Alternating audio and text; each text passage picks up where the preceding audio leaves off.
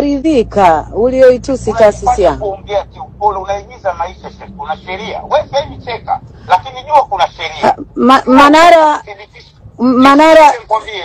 samahani Manara, huu maarufu uliouchagua lazima watu wafahamu maisha yako. Kwa hiyo kwa maarufu kazi yako ni kudhalilisha watu. Hapana, wewe samahani, umaarufu uliouchagua Manara, watu wanataka kufahamu maisha yako. Wewe ni kioo cha jamii. Wewe unauliza leo baada ya kuona comments za kwa nini hajaenda kubalance. Sasa kabla kuwezi unauliza leo. Manara, mimi nimebalance na mke wako.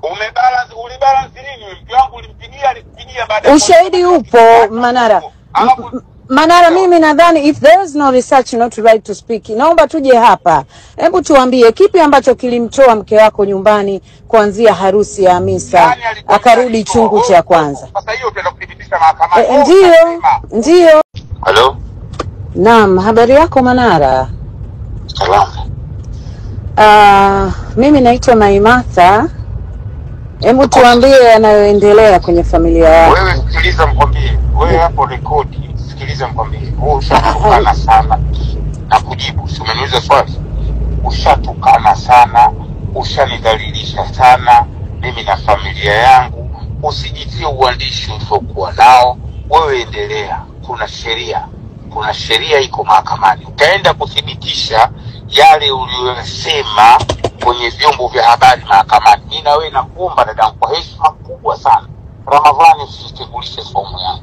Nakuomba, niko chini ya miguu. Nakuomba tena kuendelea kutukana. Lakini Manara, umekuwa mtu wa kupenda kulalamika sana, ila hali wewe ndio ulioitukana taasisi yangu. Yaani wewe unanitukana kwa hiyo unasawa unafanya. Sasa kwa matusi yale yote kaka Manara bado hujaridhika ulioitusi taasisi yangu. Kuongea kiupole, unaigiza maisha shehe. Kuna sheria. Wewe sasa cheka, lakini jua kuna sheria. Manara,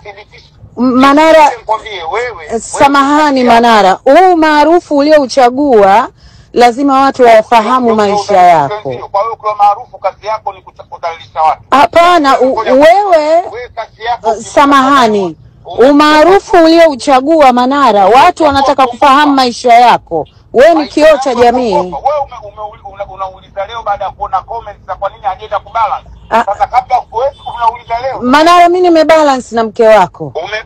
Ulibalance nini? Mke wangu ulimpigia baada ya ushahidi upo Manara.